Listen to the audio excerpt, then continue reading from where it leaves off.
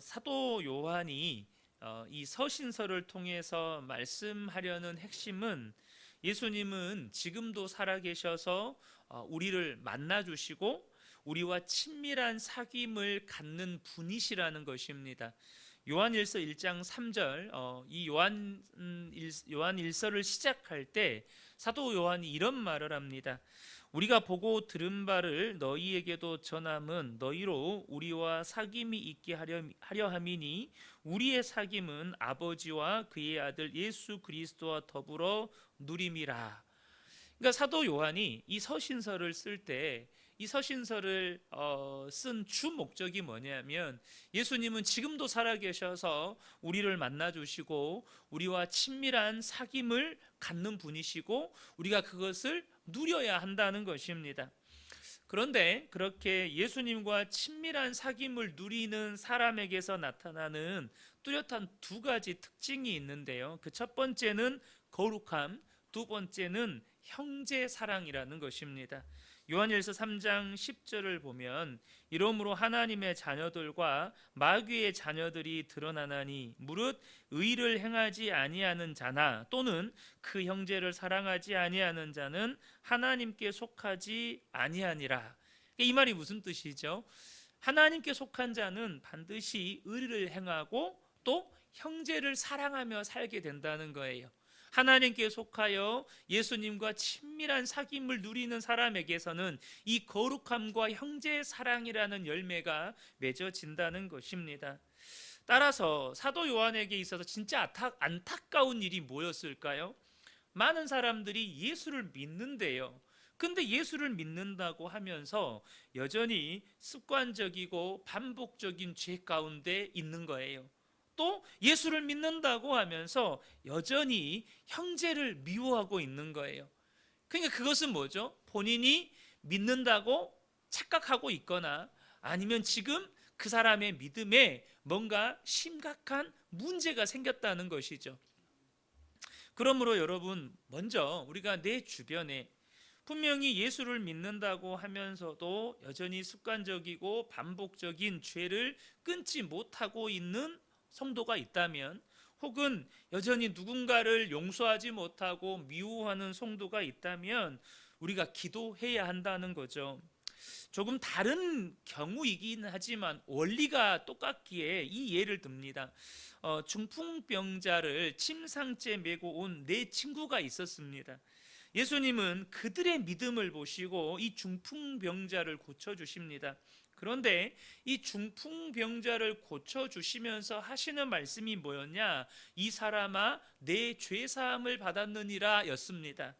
그러니까 그 사람의 중풍병의 원인이 죄였다는 뜻이죠. 그런데 이 중풍병자를 위해서 기도하고 그를 사랑으로 섬기는 친구들의 믿음으로 인해서 이 중풍병자가 죄사함도 받고 병고침도 받았다는 거예요.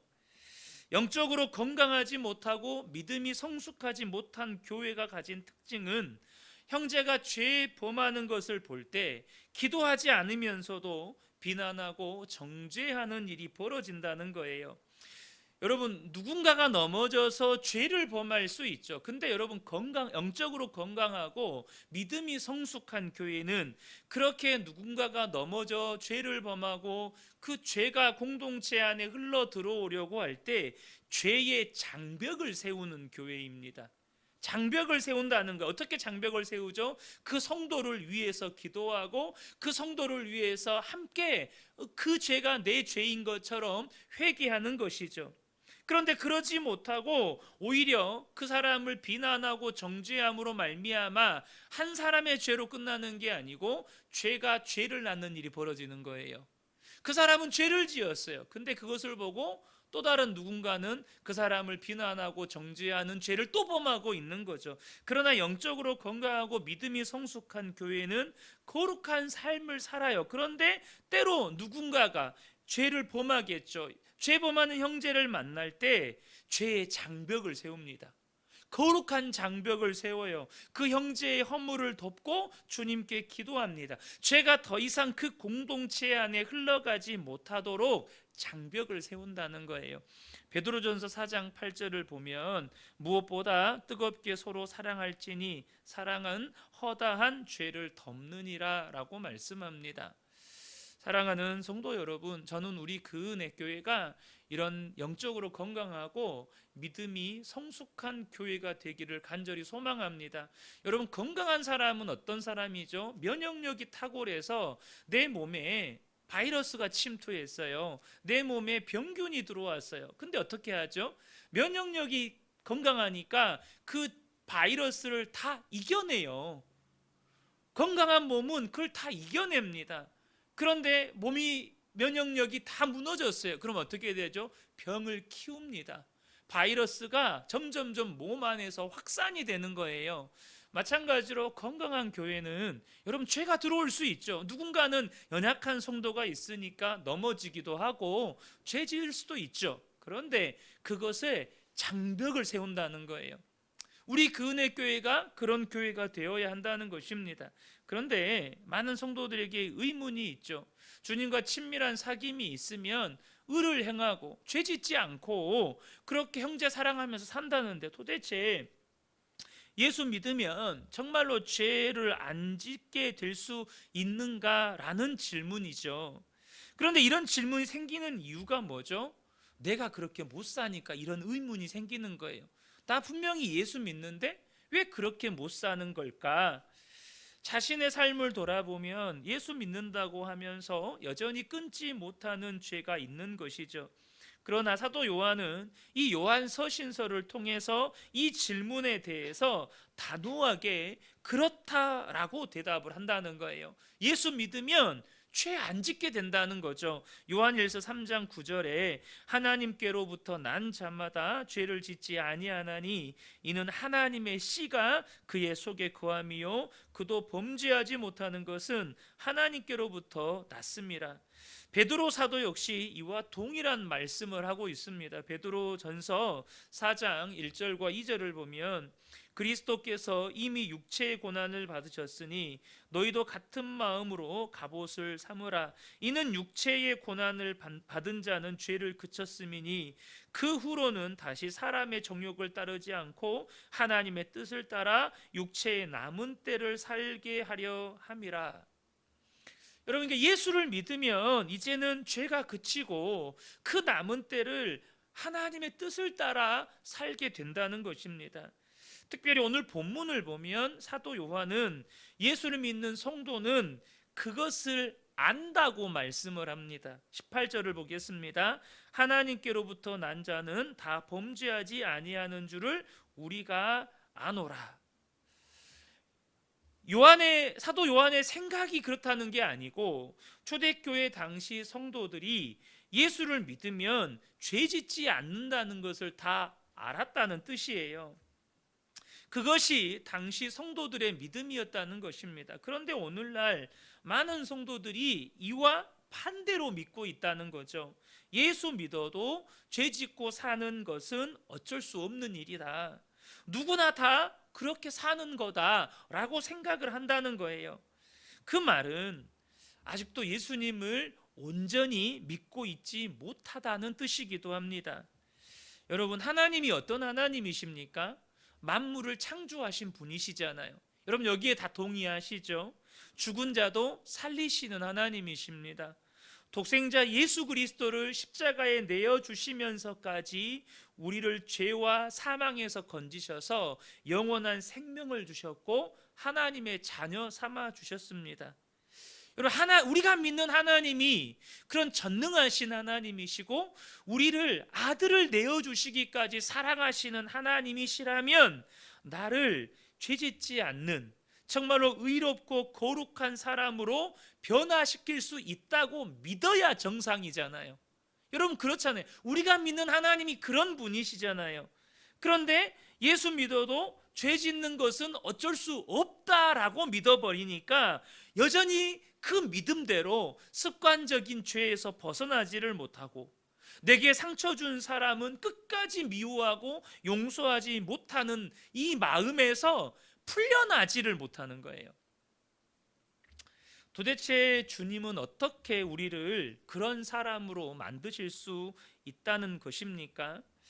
하나님께서 이스라엘 백성들을 그 놀라운 기사와 표적을 통해서 출애굽을 시키시고 또 그들을 가나안 땅으로 인도하여 들이셨음에도 불구하고 끊임없이 하나님의 말씀에 불순종하고 거역하고 죄짓고 사니까 하나님께서 아예 온전히 말씀에 순종하는 사람으로 살게 해 주시려고 작정을 하셨습니다. 에스겔서 36장을 보면 25절부터 27절입니다. 맑은 물을 너희에게 뿌려서 너희로 정결하게 하되 곧 너희 모든 더러운 것에서와 모든 우상 숭배에서 너희를 정결하게 할 것이며 또 새 영을 너희 속에 두고 새 마음을 너희에게 주되 너희 육신에서 굳은 마음을 제거하고 부드러운 마음을 줄 것이며 또 내 영을 너희 속에 두어 너희로 내 율례를 행하게 하리니 너희가 내 규례를 지켜 행할지라. 도대체 어떻게 그런 사람 되게 하시겠다는 것입니까? 우리에게 성령을 주셔서 굳은 마음을 제거하고 부드러운 마음, 새 마음을 주셔서 하나님의 말씀을 순종하게 하시겠다는 것입니다. 그리고 이 약속의 말씀이 언제 이루어집니까? 바로 오순절날 성령이 임하심으로 이 말씀이 그대로 성취가 됩니다. 그리고 이제 예수 믿는 우리 안에 성령으로 예수님께서 오셨기 때문에 예수님이 우리를 지키셔서 악한 자가 만지지도 못하게 하시고 죄와 싸워서 승리케 되는 그런 삶을 살게 하시겠다는 거예요. 그래서 오늘 18절 하반절을 보면 하나님께로부터 나신 자가 그를 지키심에 악한 자가 그를 만지지도 못하느니라.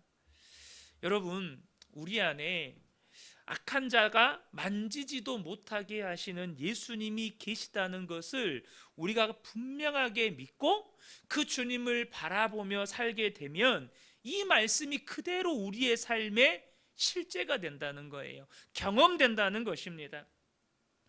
그런데 여기서 우리가 오해하면 안 되는 것이요, 이 말이요, 예수 믿으면 저절로 죄 안 짓게 된다는 말이 절대 아니라는 겁니다.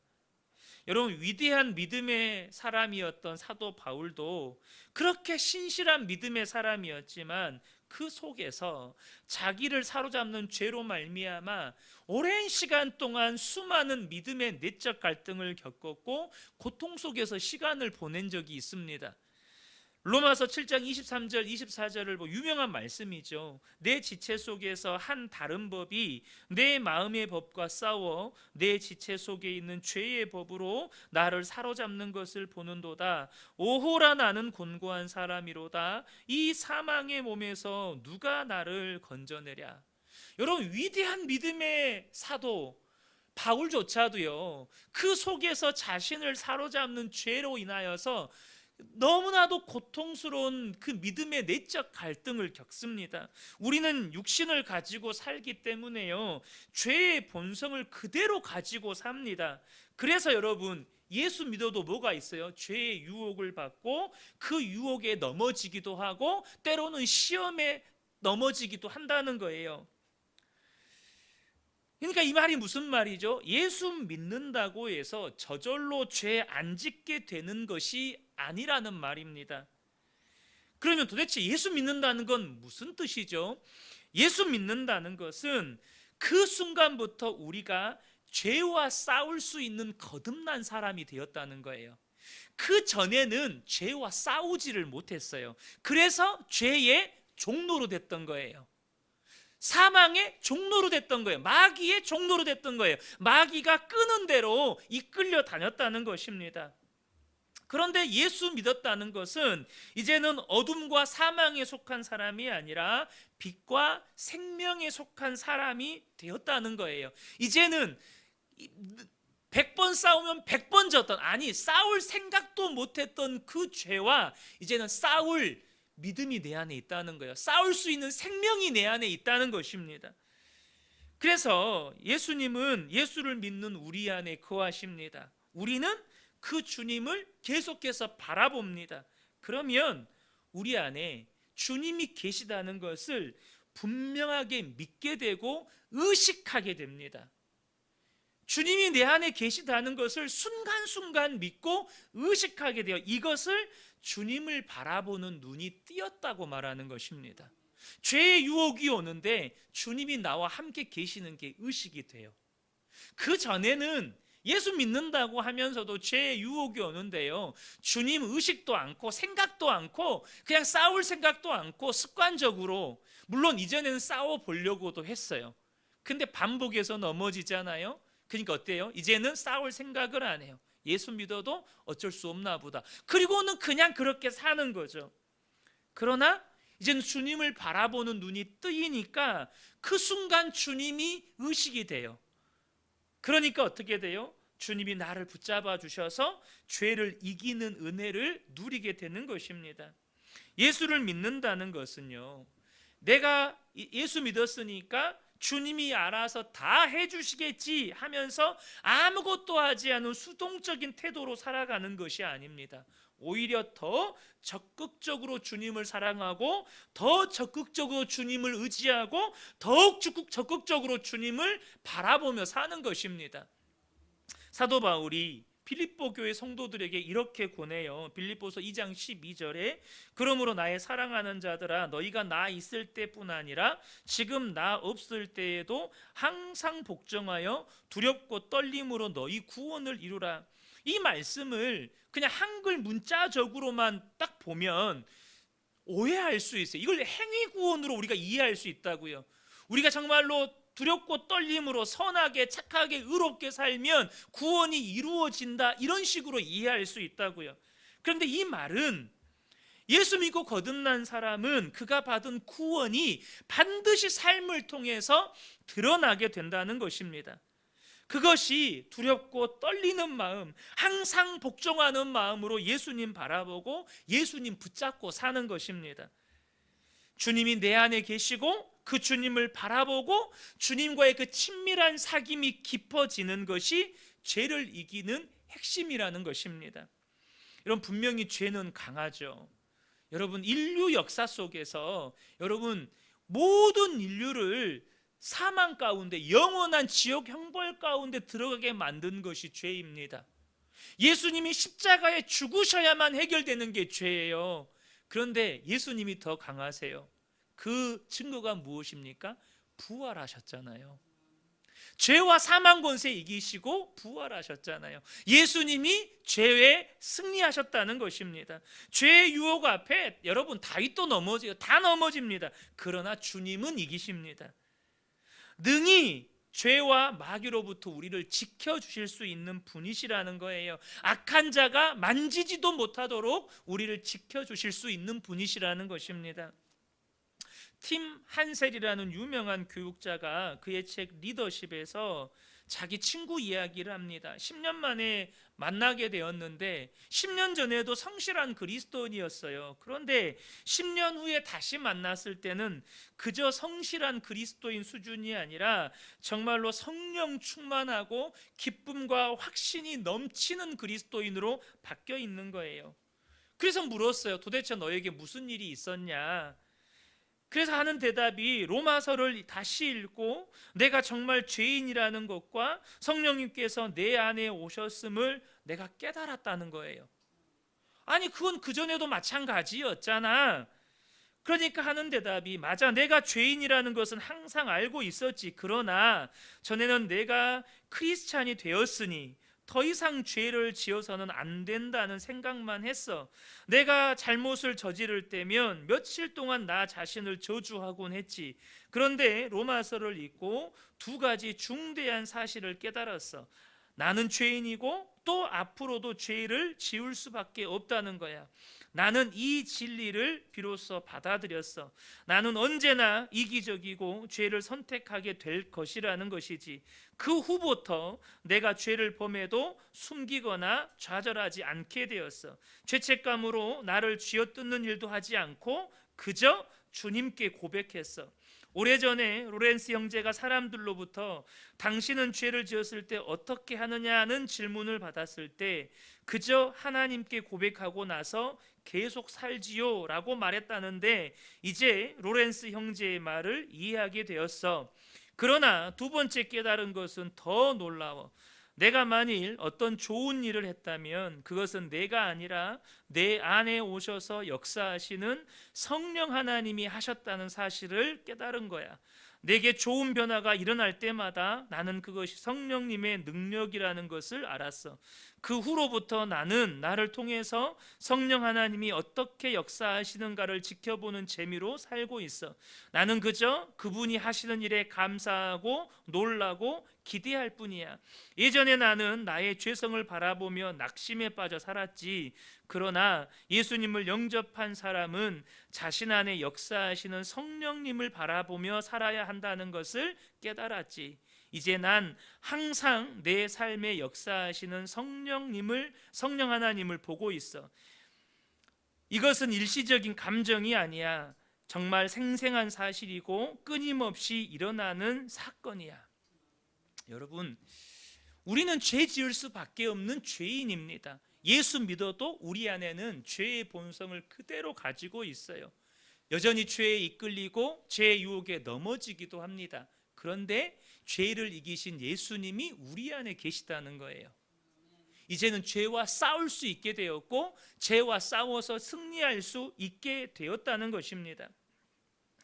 예수를 믿는 우리에게 이것이 일어나고 있지 않다면 뭐가 문제일까요? 주님과의 관계에 문제가 있는 것입니다. 주님이 내 안에 계시지만 내가 정말로 주님을 바라보지를 않는 거죠. 주님과 친밀한 교제가 없는 거예요. 그러니까 주님도 내 안에서 이런 변화를 일으키실 수가 없는 것입니다. 제가 서두에 사도 요한이 이 요한 서신서를 통해서 말하려는 핵심이, 예수님은 지금도 살아계셔서 우리를 만나주시고 우리와 친밀한 사귐을 갖는 분이시고, 예수님과 친밀하게 사귐을 누리는 사람에게서 나타나는 두 가지 특징이 거룩함과 형제 사랑이라고 말씀을 드렸습니다.